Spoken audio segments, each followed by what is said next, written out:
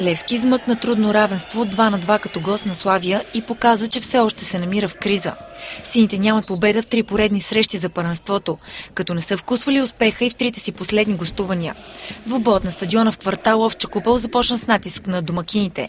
Сините бяха в прекроен състав заради наличието на много наказани основни футболисти. И видимо това се отрази на играта им. Все пак гостите стигнаха първи до гола и то след груба грешка на вратаря на Славия Стефано Кунчев. В 27-та минута Сержиньо Грин центрира в наказателното поле, а младец Страш остави топката да мине детински между ръцете и краката му.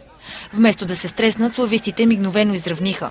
Точно 60 секунди по-късно, след много добра контратака, Галин Иванов направи перфектно центриране към Николай Божов и вече щатният голмайстор на белите засече топката красиво във въздуха за 1-1. Иванов и Божов бяха в основата и на второто попадение за домакините.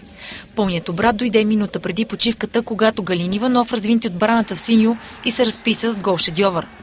След почивката здравата битка между двата отбора продължи, въпреки че Славия по-често се прибираше в своята половина с цел да брани резултата. Добри положения за нов гол имаше и в двете посоки.